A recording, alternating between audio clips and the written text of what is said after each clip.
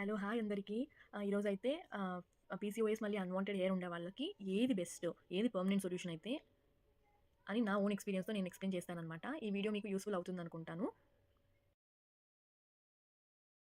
ఎన్ని laser sittings చేపించుకుంటే కంప్లీట్‌గా hair remove అవుతదని కూడా నేను చెప్తాను. లేజర్ ట్రీట్మెంట్‌కి బిఫోర్ ఇది యూజ్ చేశాననమాట. హార్డ్ వాక్స్ బీన్స్ ఇవి. అవి ఇలా హీట్ చేసుకుంటే మెల్ట్ అవుతదనమాట. దాని తర్వాత ఫేస్‌కి అప్లై చేయాలి. అది ఎలా అని కూడా నేను చూపిస్తాను ఈ వీడియోలో మీకు. ఆ హెయిర్ పుల్ చేసేటప్పుడైతే కొంచెం లైక్ పెయిన్ ఉంటది. బట్ 1 వీక్ దాకా హెయిర్ అయితే రాదనమాట. ఇవన్నీ టెంపరవరీ సొల్యూషన్స్ మాత్రమే. బట్ లేజర్ మాత్రం పర్మనెంట్ సొల్యూషన్. షేవింగ్ కూడా చేయొచ్చు. బట్ ఇన్‌గ్రోన్ హెయిర్ ఎక్కువ అవుతాయన్నమాట. సో అది ప్రిఫరబుల్ కాదు. ఇరిటేషన్ వచ్చేస్తది షేవింగ్ వల్ల. ఆ హీట్ అయిన వాక్స్ బీన్స్ తీసుకొని ఇలా అప్లై చేసుకోవాలి. అంటే కొంచెం వేడిగా ఉన్నప్పుడే అప్లై చేసుకోవాలన్నమాట. ఎక్కడైతే హెయిర్ గ్రోత్ ఉందో అక్కడ నీట్‌గా అప్లై చేసుకోవాలి. వాళ్ళు ఒక స్పాచులా ఇచ్చింటారు. లేకపోతే మనం ఏదైనా వుడెన్ స్టిక్ టైప్‌లో ఉండేదాంతో కూడా అప్లై చేసుకోవచ్చు. ఇలా ఒక డైరెక్షన్‌లో అప్లై చేసుకోవాలి. అప్లై చేసుకున్నాకైతే కాసేపు అది ఫేస్ పైన ఒక 2 మినిట్స్ దాకా వదిలేయాలన్నమాట. అప్లై చేసుకునేటప్పుడు కాస్త ప్రెస్ చేసి అప్లై చేసుకోవాలి. తర్వాత హెయిర్ పుల్ చేయాలన్నమాట. ఈ అప్పర్ లిప్ చేసేటప్పుడు అయితే మాత్రం చాలా పెయిన్ అనిపిస్తది. అక్కడ స్కిన్ అంతా చాలా సెన్సిటివ్‌గా ఉంటది కాబట్టి సో ఓవరాల్ ఫేస్ చేయడానికి ఇంత వాక్స్ పీన్ అయితే కావాలి. సో నేను ఇంతకుముందు చెప్పినట్టే అవన్నీ టెంపరరీ సొల్యూషన్స్ అంతే. మీరు ఎంత వాక్స్ చేసినా, ఎంత షేవ్ చేసినా మీకు పీసీఓడీ మళ్ళీ అన్‌వాంటెడ్ హెయిర్ ఉంటే మాత్రం అది ఏం చేసినా పోదు. సో లేజర్ ట్రీట్మెంట్ కంపల్సరీ అనమాట. లేజర్ చేపిచ్చేస్తే కంప్లీట్‌గా వెళ్తాయా అంటే హెయిర్ గ్రోత్ అనేది రెడ్యూస్ అవుతదనమాట. సో నా ఓన్ ఎక్స్‌పీరియన్స్‌తో నేను చెప్తున్నాను. ప్రెజెంట్ కూడా నేను లేజర్ ట్రీట్మెంట్ తీసుకుంటున్నాననమాట. అది ఎన్నో సెట్టింగ్‌లో ఉన్నాను అని కూడా చెప్తాను. ఎంత కాస్ట్ అవుతది అండ్ ఎన్ని సిట్టింగ్స్ చేపిస్తే తగ్గొచ్చు అనేది కూడా నేను చెప్తాను. సో వీడియో చూస్తూ ఉండండి.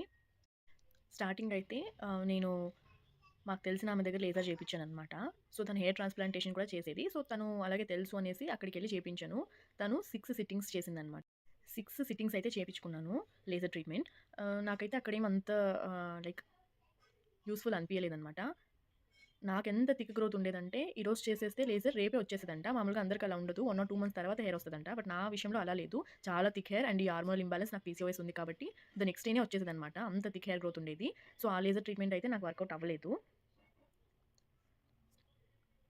పెయినే ఉండదు అని చూపిస్తారు కానీ పెయిన్ మాత్రం చాలానే ఉంటది. లైక్ ఏదో లైక్ బర్న్ అవుతే ఎలా ఉంటదో అలా పెయిన్ ఉంటదనమాట. అది కూడా డిఫరెంట్ లేజర్ పైన డిపెండ్ అనమాట. తనే లేజర్ చేసిందో నాకు నిజంగా ఐడియా లేదు. యాక్చువల్లీ నేను తెలుసుకోవాల్సింది తను ఏ లేజర్ యూజ్ చేసిందంతా అనేసి. అండ్ లేజర్ చేపించేటప్పుడైతే pre laser and post laser care చాలా అవసరం. తను దాని గురించి ఏం చెప్పలేదు. జస్ట్ సన్ స్క్రీన్ అంతా యూజ్ చేయమని చెప్పిందనమాట.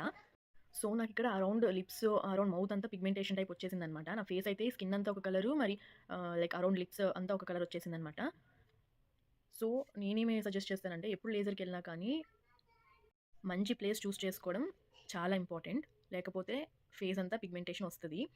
సో నాకు 6 సిట్టింగ్స్ చేపించాక కూడా నాకేమీ యూజ్ అవ్వలేదు. అది అరౌండ్ 6-7 మంత్స్ ఆ ట్రీట్మెంట్ తీసుకున్నాను. బట్ హెయిర్ గ్రోత్ ఇంకా ఎక్కువయిందే కానీ తక్కువ కాలేదు. యాక్చువల్లీ ఇక్కడ నాకు అన్‌వాంటెడ్ హెయిర్ వచ్చేది కాదు. బట్ ఆ లేజర్ చేపించుకున్నాక ఆ ఎఫెక్టో ఏమో తెలీదు. ఇక్కడ కూడా చాలా థిక్ హెయిర్ రావడానికి స్టార్ట్ అయింది. సో నేను దాని తర్వాత ఏం చేశాను మరీ మామూలుగా ఫేస్ వ్యాక్సే చేసేదాన్ననమాట. దాని నుంచి ఏంటంటే ఫేస్ అంతా రెడ్ అయిపోద్ది. మరీ లైక్ షేవింగ్ చేసాము, థ్రెడ్డింగ్ చేసామంటే థ్రెడ్డింగ్ అయితే చాలా పెయిన్‌ఫుల్ అండ్ షేవింగ్ చేసినప్పుడు పిగ్మెంటేషన్ కూడా వస్తది. ఇన్‌గ్రోన్ హెయిర్ కూడా చాలా వస్తదనమాట. సో అవి కూడా నేను పీసీఓఎస్ ఉండి అన్‌వాంటెడ్ హెయిర్ ఉండే వాళ్ళకి ప్రిఫర్ చేయను.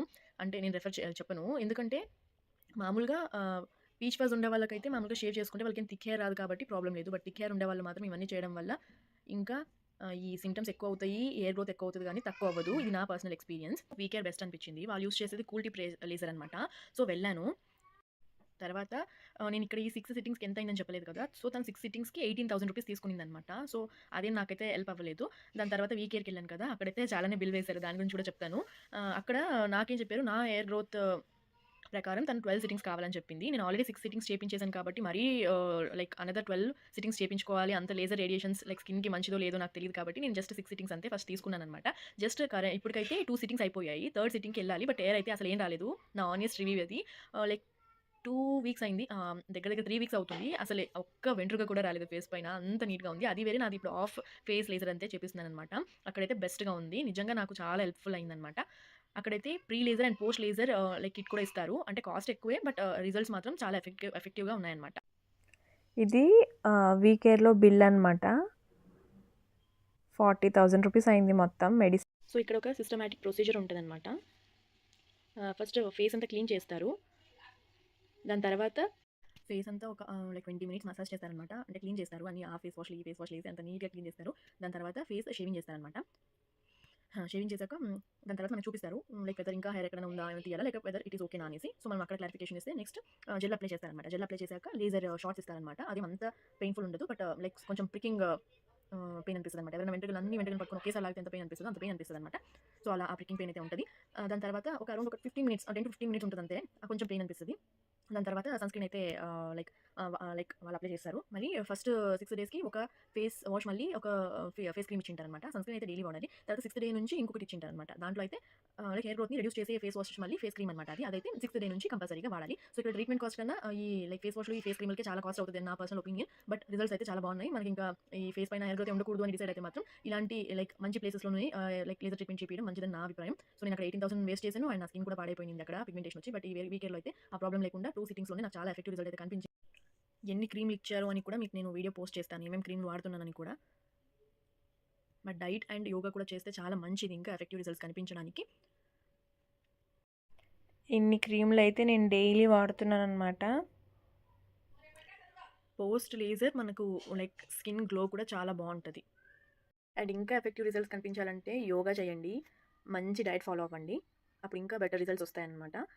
మీకు ఏదైనా డౌట్స్ ఉంటే కామెంట్స్‌లో అడగండి. నేను అన్నిటికి క్లారిటీ ఇస్తానన్నమాట. సో ఎందుకంటే ఇది నేను ఓన్‌గా ఎక్స్‌పీరియన్స్ చేశాను కాబట్టి ఈ విషయం గురించి నాకు తెలుసు. ఓకే. లైక్ నెక్స్ట్ వీడియోలో కలుద్దాం. టాటా బాయ్.